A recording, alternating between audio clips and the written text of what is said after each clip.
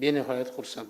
В Узбекистане с занимаемой должности был снят имам мечети города Ташкента Шермурод Тогай.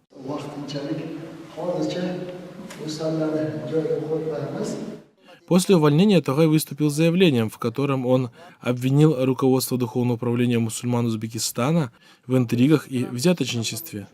Сам Шермурод Тогай известен абсурдными высказываниями, поддерживающими политику режима в Узбекистане. Bugungi kunda yurtimizda juda ham katta bir islohotlar, o'zgarishlar bo'lyapti. Yurtboshimiz tomonidan.